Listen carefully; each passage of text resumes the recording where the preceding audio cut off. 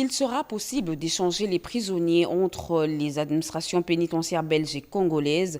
Deux projets de loi ont été votés en seconde lecture au Sénat après les réponses du vice-ministre de la Justice et garde de Sceaux. Des instructeurs militaires belges vont poser les valises à Kindu dans le Maniema pour former les armées congolaises. Ceci précède les accords militaires signés entre Kinshasa et Bruxelles. L'ambassadeur belge en poste à Kinshasa en a discuté avec le ministre de la Défense nationale.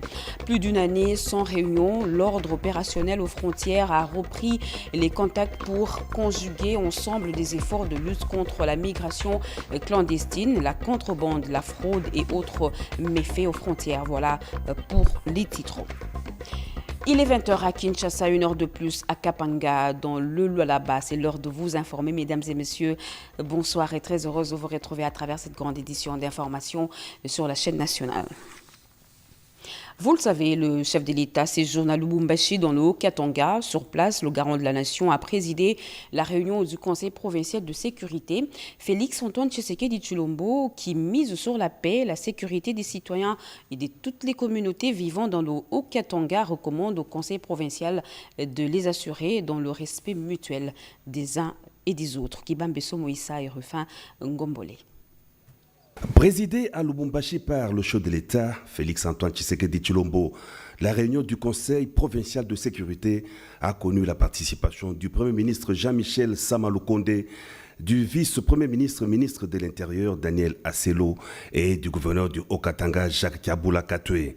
La paix et la sécurité de tous les habitants de toutes les communautés vivant dans le Haut-Katanga et la recommandation du président de la République au Conseil provincial de sécurité. C'est principalement au vu de tout ce que nous apprenons qui a fait que le Premier ministre ait conduit une délégation gouvernementale depuis le jeudi passé. Et c'est par rapport à des tensions alimentées dans cette ville.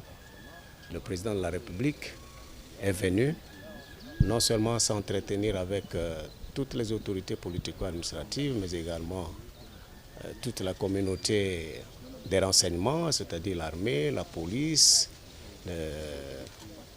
l'ANER, la DGM, tous ces services-là qui doivent contribuer à leur manière à sécuriser tout le monde, à faire respecter la paix, les droits reconnus à tout citoyen congolais. Voilà pourquoi le chef de l'État est venu et a pu faire cette réunion ici qui s'est bien déroulée. Le savoir vivre ensemble dans le respect des uns et des autres pour une cohabitation pacifique est la grande recommandation à tous les citoyens. Après 5 jours d'intenses travaux, les consultations de Paix de Nairobi ont pris fin le mercredi soir. Les participants se sont séparés sur une note de satisfaction pour cette première étape et ont pris rendez-vous dans les prochains jours pour une évaluation. Avant la clôture, le président Félix-Antoine Tshisekedi Tshilombo et Uhuru Kenyatta se sont adressés aux participants par visioconférence. C'est un reportage de Sister Kosema.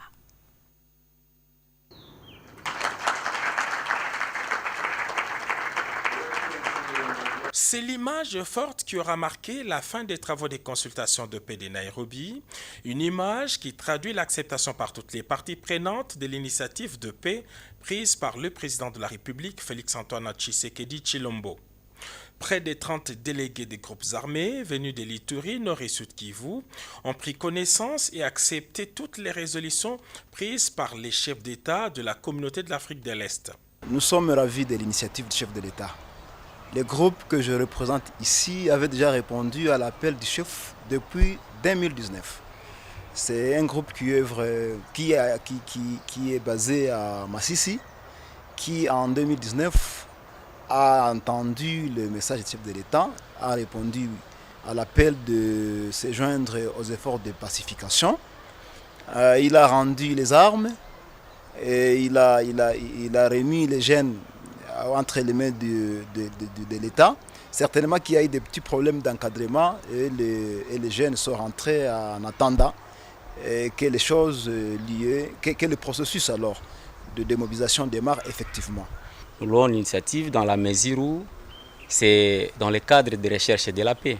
Parce que, comme nous le disons toujours, il y a ceux qui disent que la paix n'a pas de prix, tout comme les autres disent aussi, la paix a toujours un prix. La paix n'a pas de prix parce que rien ne vaut la paix. La paix a toujours un prix et c'est ça le sacrifice que les patriotes, comme vient de se rénover avec à la tête le commandant Guido, ont toujours recherché. C'est ça le prix de la paix et tout ce que nous tous ici, y compris vous, vous êtes en train de faire ou nous sommes en train de faire pour rechercher la paix. Nous louons l'initiative parce que dans le cadre de la région ou de la sous-région, actuellement East African Community, où notre pays a adhéré, il a plu aux autorités de rechercher la paix dans le cadre de la sous-région et ils ont préféré commencer avec l'initiative en RDC avec les groupes armés. Nous avons accepté la main tendue du président de la République et cette initiative qui a fait que tous les groupes armés qui ont suivi avec importance pour se présenter ici à Nairobi pour voir comment pacifier toute la région. Parce que vous savez, non seulement la RDC, non seulement l'Ituri, mais ça concerne toute la région. Parce qu'au-delà de la question des faits pays, vous avez les EDF, vous avez les MV3, vous avez toutes ces questions-là. L'autre moment fort de cette dernière journée aura été la participation surprise des deux chefs d'État.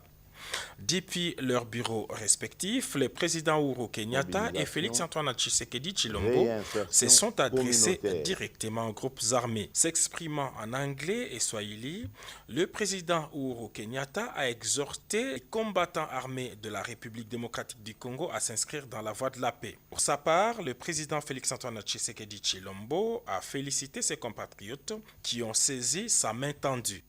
La facilitation kenyane a annoncé une autre rencontre dans les prochains jours, bien avant les conclaves d'évaluation des chefs d'État programmés fin mai. En attendant, chacun des participants devrait regagner son milieu de vie naturel. À Kinshasa, le Sénat a procédé ce jeudi à l'adoption des deux projets de loi. Le premier sur la ratification de la convention de transfèrement des personnes condamnées entre Belgique et RDC et le second sur l'entraide judiciaire entre ces deux pays, présenté par le vice-ministre de la Justice et garde de Sceaux sous la présidence de Modeste Bahati. Ils ont conclu que le transfèrement des personnes condamnées dans leur pays d'origine ne devrait pas être automatique. Guélor Kimpianga et Denis Kungi. En conséquence, le Sénat vote ce projet de loi. Je signale que les deux projets de loi seront transmis à son Excellence, Monsieur le Président de la République, pour promulgation. Le débat était houleux à la Chambre haute du Parlement ce jeudi avant le vote de ces deux projets de loi déjà votés en première lecture par la Chambre basse du Parlement. Il s'agit du projet de loi autorisant la ratification de la Convention de transfèrement des personnes condamnées entre la Belgique et la RDC, ainsi que le projet de loi portant ratification de la Convention d'entraide judiciaire entre Bruxelles et Kinshasa. C'est le vice-ministre de la Justice et garde de Sceaux, Amatobe Bayoubassiré, qui a présenté ces deux conventions qui ont été adoptées et votées par la plénière, présidée par le speaker du Sénat, Modeste Bahati Lukwebo. Peu avant, le représentant du gouvernement a répondu aux différentes préoccupations soulevées par les élus des élus au cours du débat général sur ces deux projets de loi. Préoccupations qui ont essentiellement gravité autour de la crainte d'évasion des personnes condamnées, les conditions de vie dans les prisons, les respects des droits de l'homme, les infrastructures carcérales et la nature du jugement. L'opportunité et l'intérêt pour la République démocratique du Congo répond à la question de la compétence universelle de la Belgique qui pouvait se permettre d'arrêter et condamner un citoyen congolais partout où il se trouve. Cette convention viendra réduire la compétence universelle de la Belgique, dans la mesure où désormais, pour poursuivre, il faut obtenir l'accord de la RDC pour les infractions qui relèvent de la compétence des autorités judiciaires congolaises et c'est conformément aux dispositions de l'article 1er de la Convention d'entraide judiciaire. En plus, la RDC pourra désormais poursuivre ceux qui auront commis sur notre territoire les infractions telles que le blanchiment des capitaux, les trafics d'organes, les trafics des enfants et qui se seraient retranchés en Belgique. Toutefois, il faut noter que le transfèrement des personnes condamnées dans leur pays d'origine n'est pas automatique. Celui-ci ne peut s'effectuer qu'à la demande de la personne condamnée elle-même. Et le pays à qui la requête est adressée peut, en toute souveraineté, examiner pour autoriser ou pas le transfèrement de tel ou tel autre cas, surtout en ce qui concerne, par exemple, les cas de violences sexuelles. Reprise effective des activités socio-économiques et scolaires à Niakoundé. Nous sommes en Ituri. La population déplacée regagne en masse cette agglomération d'Irumu. Le chef de la chefferie d'Indissoma attribue ce retour à la normale aux opérations menées par les forces armées dans cette région. C'est un reportage de la RTNC Ituri rendu par Junior Selemani. S'observe depuis le mois de juin 2021, à cette période de l'état de siège en Ituri, un retour massif des personnes déplacées dans leurs milieux respectifs, notamment à Marabou, Niakoundé, Irumu Territoire, Irumu Centre, Makayanga et environ. C'est le résultat de la restauration de l'autorité de l'État et la présence de forces de défense et de sécurité dans cette partie de la province de l'Ituri. En conséquence, la vie reprend son cours normal, se réjouit le chef de la chefferie de Zandissoma. Je peux estimer à 70% les gens qui sont déjà avec nous ici. Et nous sommes concentrés ici au centre. Parce qu'il y a Tinakilima qui vient de reprendre. Il y a Sidabo qui a sept villages. Sur 7 villages, il y a déjà 6 qui commencent déjà à revenir parce qu'il y a 20, 30, 10, 15 ménages. Bon, c'est déjà un retour, quoi. Pour moi, c'est déjà un signe positif. Pour certaines opinions qui pensent que l'administration militaire a démontré ses limites en Ituri, Gaston Eraboumangilio reste optimiste au regard des résultats positifs sur le terrain. En chefferie de Zandissoma, moi personnellement, je peux dire que l'état de siège nous a beaucoup aidé. Parce que notre retour ici, c'est l'état de siège. Sinon, j'appellerais ça l'opinion au provincial, je ne sais pas. Ne voulait pas que les gens puissent rentrer ici avant 9 mois ou bien avant 10 mois. Mais c'est l'état de siège qui a fait que la population est rentrée à Niakoundé. 2 mois seulement après les atrocités. Depuis l'instauration de l'état de siège en Ituri, le gouverneur militaire et commandant des opérations, le lieutenant-général Luboyanka Chomadjoni, met tout en œuvre pour imposer la paix et assurer la sécurité des Ituriens. Notons que la chefferie de Zandissoma a une superficie de 114 km² et compte environ 32 000 habitants avec 3 groupements aujourd'hui sous contrôle de FARDC. Bientôt, la 31e brigade des FARDC à Kindu sera formée par les instructeurs belges. L'annonce a été faite au ministre de la Défense nationale et des anciens combattants par l'ambassadeur de Belgique accrédité à Kinshasa. Peu avant, Gilbert Kabanda a échangé avec le représentant spécial adjoint du secrétaire général de l'ONU pour la protection et les opérations au sein de la MONUSCO. Les questions sécuritaires, les opérations conjointes RDC-MONUSCO étaient au cœur des discussions. Jean Dibou et Thierry Nzazi. C'est une grande annonce faite au ministre de la Défense nationale et des anciens combattants, le docteur Gilbert Kabanda Kourenga, par l'ambassadeur du Royaume de Belgique accrédité à Kinshasa, M. Joe Indeknu, concernant les déploiements des instructeurs belges devant entraîner et former dans le tout prochain jour la 31e brigade des FARDC à Kindu, chef-lieu de la province du Maniema. Au total, il y aura 120 militaires belges qui vont venir pour instruire d'abord les instructeurs de la 31e brigade, des 3 bataillons, et puis par après, les 3 bataillons. Nous avons également annoncé ici la tenue de la 3e commission mixte de coopération militaire à la mi-juin. Pour le ministre de la Défense, toutes les mesures prises ont été passées au peigne fin. Même bureau, mais autre audience, il s'agit de la délégation de la MONUSCO conduite par le représentant spécial adjoint du secrétaire général des Nations Unies pour la protection et les opérations au sein de la MONUSCO, M. Kassim Diagné, qui a été reçu par le patron de l'outil de défense en toile de fond les questions sécuritaires. Échanger sur les dossiers de coopération, en particulier dans le cadre du programme de la transition de la MONUSCO, et tout particulièrement sur les questions d'opérations conjointes, sur les questions de désarmement, de démobilisation. Le diplomate onusien dit repartir de cette entrevue avec du courage et la détermination de mieux faire a-t-il martelé. Après 365 jours de travail, le gouvernement Sama fait le bilan. Au cours d'une mission radio-télévisée, le Premier ministre, chef du gouvernement, a résumé son action qui consiste à résoudre les problèmes de la société congolaise. Sa cote personnelle, l'opinion positive. Pati Tondouangou revient sur plus d'une heure d'émission à bâton rompu. Regardez. L'heure du bilan a sonné à la primature pour l'an 1 de Jean-Michel Sama Lukonde Kyenge.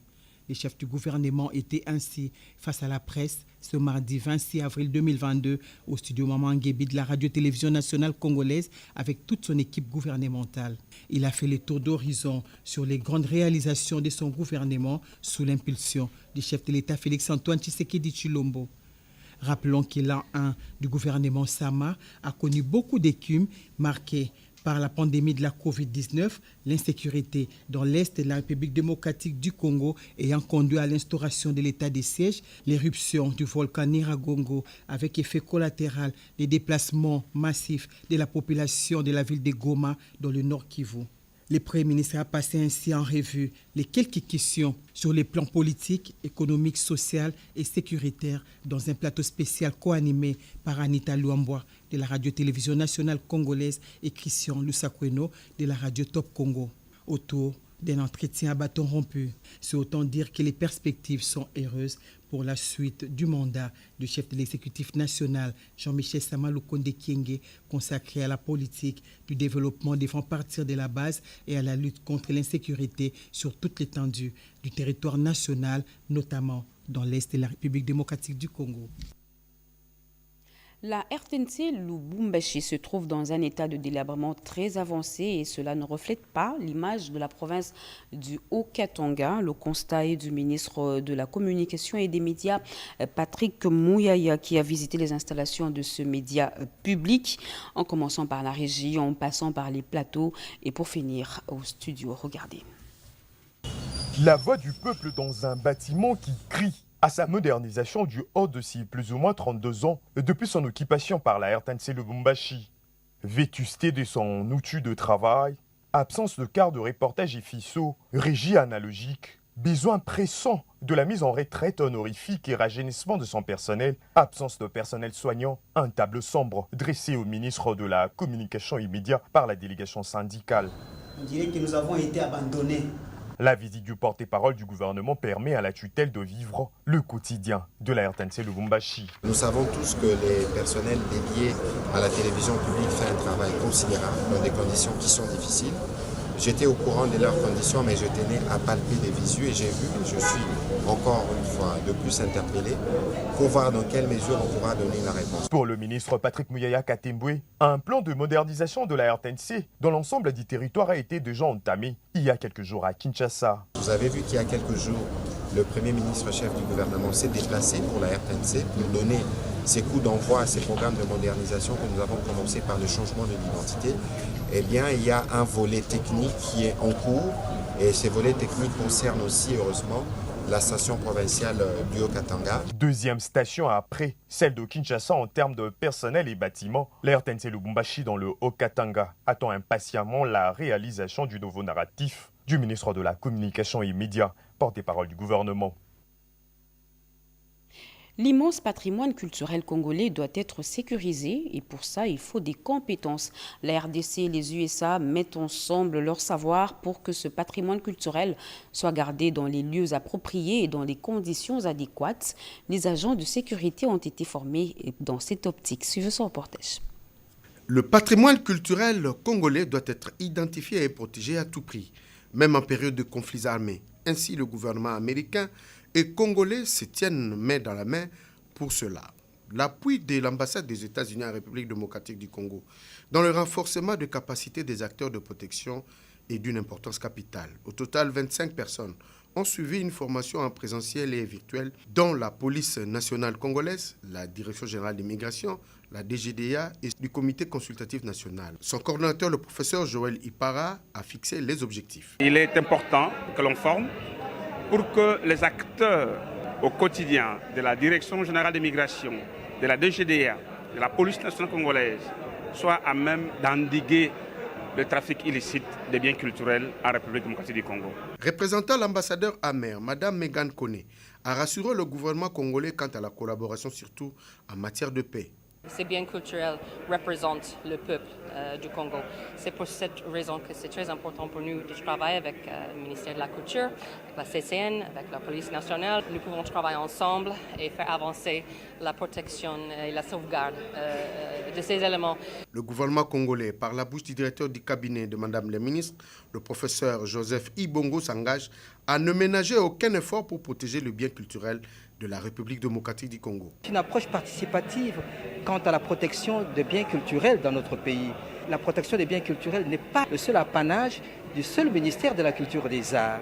En présence du commissaire général adjoint de la PNC et d'autres officiels, les participants ont reçu leur brevet, un moment aussi important et fort qui a marqué la fin de la formation.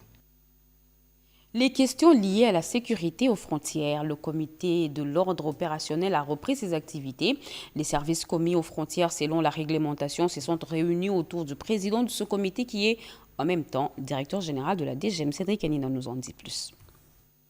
Des services commis aux frontières. La Direction générale des migrations, la DGDA, l'OCC, la police des frontières, les programmes nationaux de l'hygiène aux frontières, de nouveau autour d'une table après une longue période suite au Covid-19.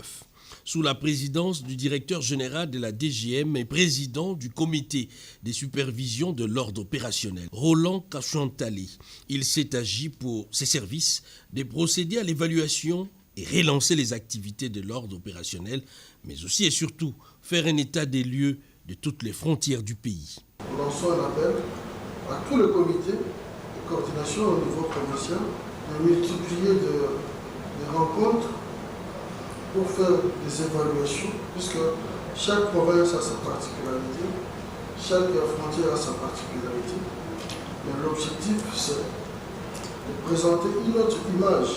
L'ordre opérationnel existe depuis 2010 et a pour mission de veiller à la sécurité aux frontières d'une manière générale et ce, des migrants dans une moindre mesure. Le corps de l'ambassadeur Félicien Moulamba, décédé au Portugal, est enfin rentré au pays. Une cérémonie d'hommage a été organisée ce jeudi au ministère des Affaires étrangères et le vice-premier ministre des Affaires étrangères, Christophe Lutundu, a salué la mémoire d'un diplomate exemplaire. Doris Mozon. Le ministère des Affaires étrangères est en deuil. Né le 12 décembre à Kamba, dans le Congo central, Félicien Moulamba quitte la terre des hommes à l'âge de 77 ans alors qu'il était en plein exercice de ses fonctions d'ambassadeur extraordinaire et plénipotentiaire de la RDC au Portugal. Le directeur de services généraux, l'ambassadeur Kachadili, a au nom du ministère loué les qualités de ce haut fonctionnaire de l'État tombé arme à la main. Originaire de la province du Kwilu, il a passé ses études primaires et secondaires dans sa province d'origine. Docteur à l'université de Sorbonne en France, puis professeur dans cette même université, il est depuis 2010 nommé ambassadeur de la RDC à Lisbonne. Marié à Madame Madeleine Moulamba, devenue aujourd'hui veuve, il est père de 8 enfants. Devant cadres et agents de ce ministère, le vice-premier ministre, ministre des Affaires étrangères, Christophe Lutundu Lapala a rendu un grand hommage à ce vaillant combattant de la République qui a défendu la patrie jusqu'à son dernier souffle. Aussitôt, hommage rendu à l'ambassadeur, le vice-premier ministre, ministre des Affaires étrangères et de la coopération internationale, s'est dirigé à l'ambassade du Kenya en RDC. Mwai Kibaki, ancien président du Kenya et 3e président de ce pays, est décédé le 21 avril dernier et un livre de condoléances est ouvert à l'ambassade. Mwai Kibaki est mort à l'âge de 90 ans. La République démocratique du Congo, par le vice-premier ministre, ministre des Affaires étrangères et de la coopération internationale, Christophe Lutundu Lapala, compatit avec le peuple kényan. Il y a la tristesse pour le président Tshisekedi, pour le peuple congolais. Nous prions Dieu que son âme repose en paix. Un moment de tristesse que partagent la République démocratique du Congo et le Kenya, pays qui accueille les discussions entre experts congolais et les groupes armés. Un invité de marque sur le site devant abriter une unité de travail pour la construction d'une station de pompage d'eau. Il s'agit de François Roubota, ministre de Développement rural. Il a effectué le déplacement au chantier agricole de Massina, Jacques Kababa. Ici, à Massina-Rai, ville-province Kinshasa, sera érigée une station de pompage d'eau pour irriguer les chantiers agricoles. Ce projet, piloté par les BCECO, Bureau central de coordination, a un coût estimatif de 17 millions de dollars américains et va durer 24 mois. François Roubota, ministre d'État, ministre du Développement rural, qui s'est rendu sur place, a salué cette initiative. Les perturbations climatiques qui ont eu lieu n'ont pas tellement permis de continuer les travaux tels que nous les avions laissés lors de la dernière visite quand nous sommes allés jusqu'à plusieurs kilomètres où les digues étaient déjà tracées. C'est un projet qui date de très longtemps, bien entendu. Il a connu beaucoup de difficultés. C'est un projet de développement du périmètre risicole de Massina, un périmètre qui va nous permettre d'avoir une quantité suffisante de riz qui pourrait être livrée sur le marché local. Tout ça pour faire face aussi aux différentes importations qui nous viennent de beaucoup d'autres pays asiatiques, pourquoi pas européens. Ce projet de développement du périmètre risicole de Massina va permettre de fournir une quantité importante de riz à la population quinoise. L'entendement de l'article 21 de la Constitution a été donné par la Cour constitutionnelle. Elle siégeait en matière d'interprétation suite à la requête du président de l'Assemblée provinciale de Kinshasa sur un probable conflit de lois électorales et portant compétence des juridictions de l'ordre administratif. Edith Chala.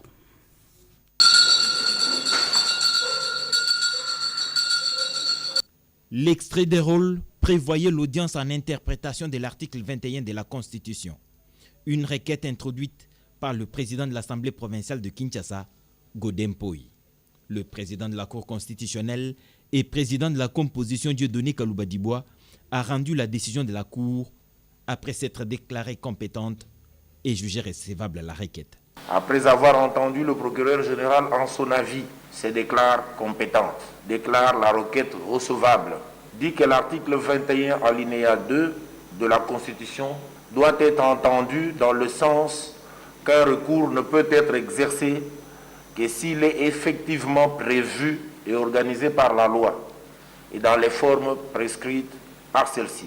Dit par conséquent pour droit qu'en vertu de l'article 21 de la Constitution, aucun recours contre une décision rendue par les juridictions compétentes prévue à l'article 27 de la loi dite électorale n'est admis en matière de contentieux de candidature. Dans sa compétence d'interprétation de la Constitution, la Cour constitutionnelle participe à l'enracinement de la démocratie et la consolidation de l'état de droit.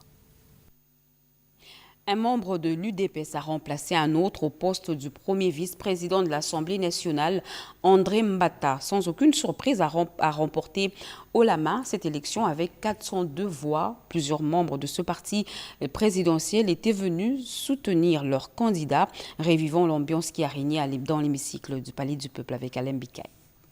Le nouveau leadership à la tête de l'Union pour la démocratie et le progrès social vient d'éprouver à nouveau sa capacité de mobilisation et sa gestion rationnelle des ressources humaines.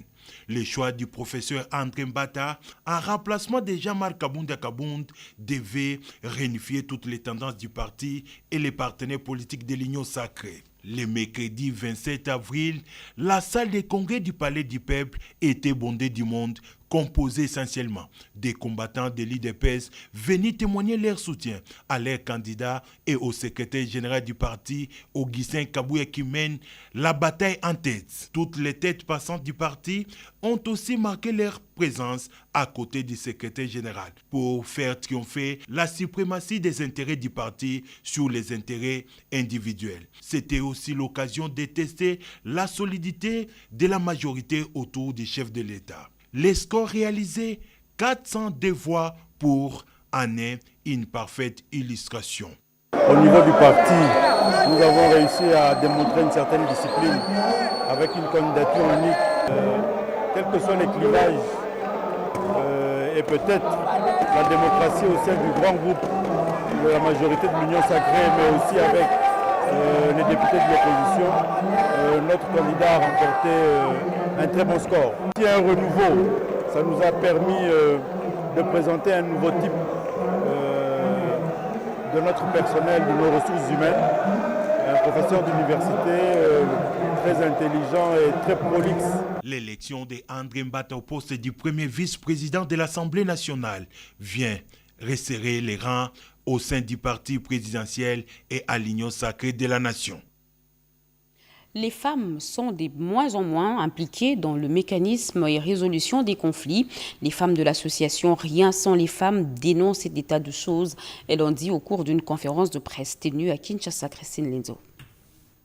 La femme et la jeune femme devront participer sur un pied d'égalité que l'homme aux instances de prise de décision dans les mécanismes et initiatives de la paix. C'est conformément à la résolution 1325 du Conseil de sécurité des Nations Unies. D'après la collecte des données dans 11 villes ciblées par le mouvement Rien sans les femmes dans le cadre du projet Tufaoulou Pamoja, en RDC, les femmes et les jeunes femmes ne sont représentées qu'en 26,2%, une proportion vraiment faible, alors que la femme est actrice principale de la paix. Elle a, entre autres, les aptitudes naturelles d'agir dans la discrétion entre les belligérants dans la résolution pacifique des conflits. Révélation faite au cours de cette conférence de presse animée par Maître Annie Bambé, facilitatrice et médiatrice de paix, et Nathalie Yoka, chargée de programme dans le mouvement Rien sans les femmes. Elles ont par la même occasion dénoncé la non prise en charge de ces différents mécanismes par l'État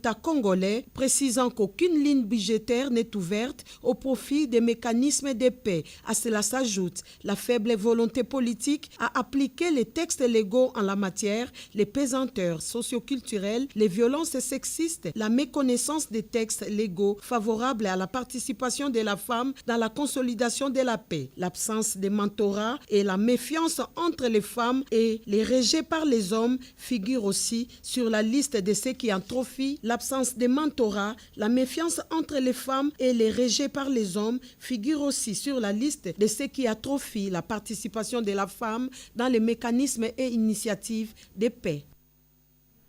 Les enfants autistes du centre Congo autiste de Limete 6e rue sont en détresse. Seuls 100 inscrits au centre, sur 100 inscrits au centre, seuls 40 arrivent. Le problème de transport se pose avec acuité.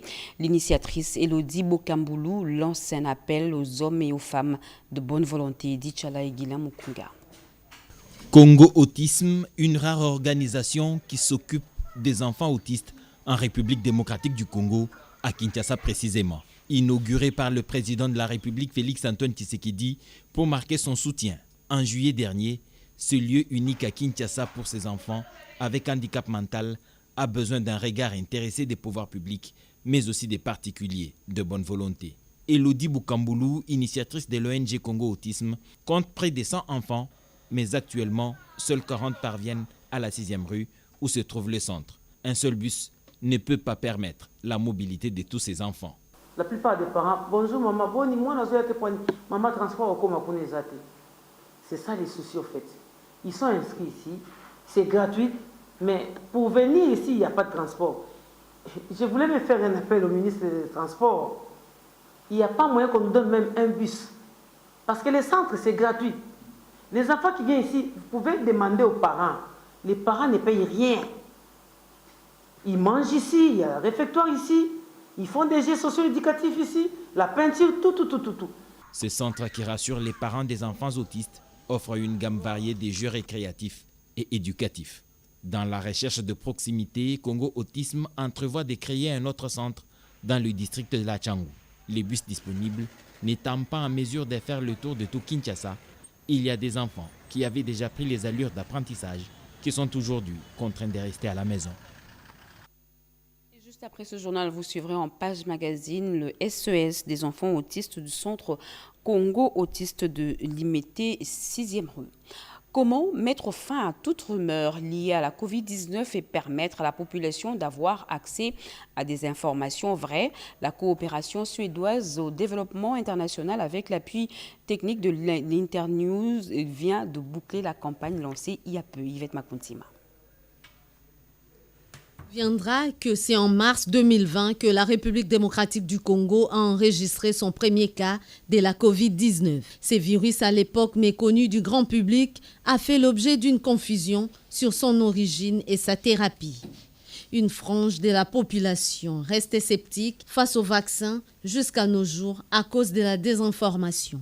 Pour amener la population à comprendre les risques liés à cette pandémie, la lutte contre les intox ou les informations erronées sur les coronavirus était une nécessité. Elle a permis aux radios communautaires de donner des informations sûres et fiables à la population, chose qui a été rendue possible grâce aux 2 projets de renforcement des radios communautaires rurales pour une information importante en République démocratique du Congo et communiquer avec les communautés pour soutenir la campagne de vaccination contre ces virus. Un projet qui s'est occupé vraiment d'aider le gouvernement, notamment au travers d'une collaboration avec le ministère de la Santé, pour pouvoir mobiliser, expliquer au niveau des communautés, grâce aux organisations religieuses, ce qu'était la maladie de Covid-19 et d'adresser les rumeurs et les fake news qui circulaient sur la vaccination. Les succès remarquables enregistrés par ces canaux de communication n'ont pas laissé indifférents les partenaires qui s'engagent à financer encore ces radios, cette fois-ci dans l'accompagnement du processus électoral. Le processus électoral va commencer, les radios communautaires joueront un rôle crucial et c'est pour ça qu'on va les accompagner aussi pendant le processus électoral pour adresser les rumeurs, pour informer les communautés sur le processus électoral. L'annonce de la fin de ces 2 projets était également une occasion pour les partenaires et les bénéficiaires de l'appui de l'Internews de présenter les résultats du travail abattu. Le cabinet. Fin de ce journal, mesdames et messieurs. Merci de l'avoir suivi. Merci. Avant de nous quitter, voici le rappel des titres. Vers le transfèrement des prisonniers dans des administrations pénitentiaires belges et congolaises, l'auteur de ce projet de loi, le vice-ministre de la Justice, était aujourd'hui à la Chambre haute du Parlement pour le défendre. Les militaires congolais de Kindu dans les Maniema seront formés par les instructeurs militaires belges, annonce faite au ministre de la Défense et des anciens combattants par l'ambassadeur belge en poste à Kinshasa. Ceci précède une série d'accords qui sera signé dans le tout prochain jour entre Kinshasa et Bruxelles.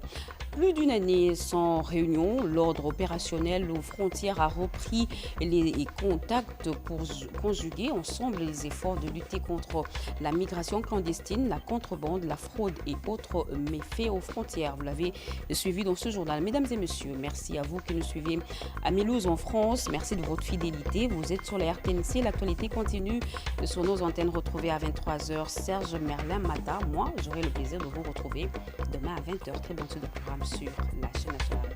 Au revoir.